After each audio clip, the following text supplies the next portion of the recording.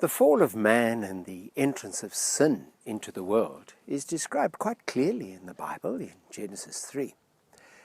But the fall of Satan and the origin of evil is not actually described. God has not chosen to give us a clear description of that event. But we do have some information. Peter and Jude both spoke about the angels that fell, that sinned against God and were condemned. The Apostle Paul implied that the devil fell on account of conceit or pride.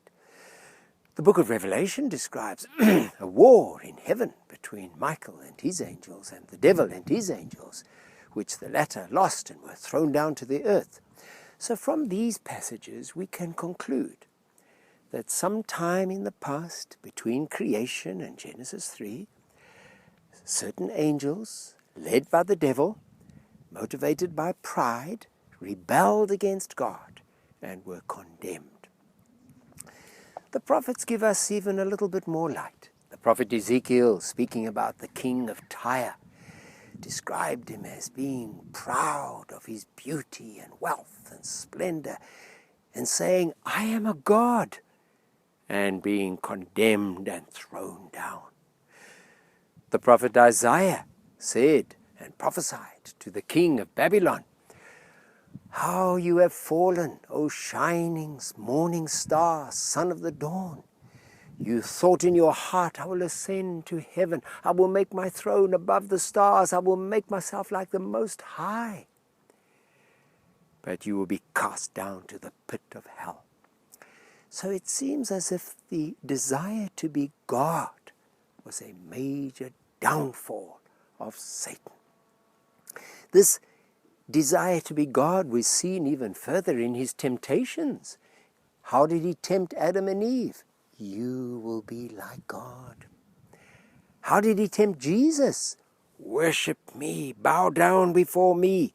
Satan wants to be worshipped.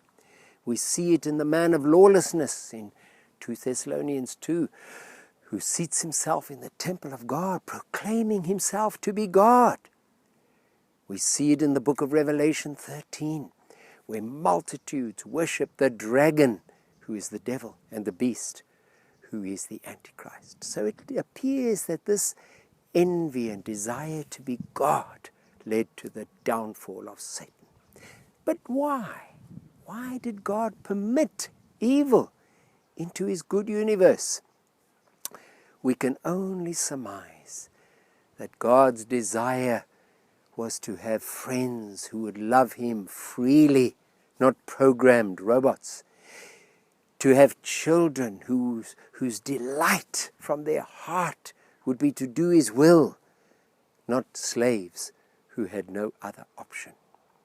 But whatever obscurity is about the origin of evil, there's no doubt about its end.